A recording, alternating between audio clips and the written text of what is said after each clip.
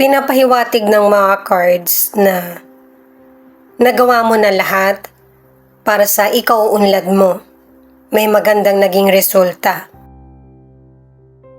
Kaya merong magandang resulta ay para pahalagahan mo naman ang sarili mo.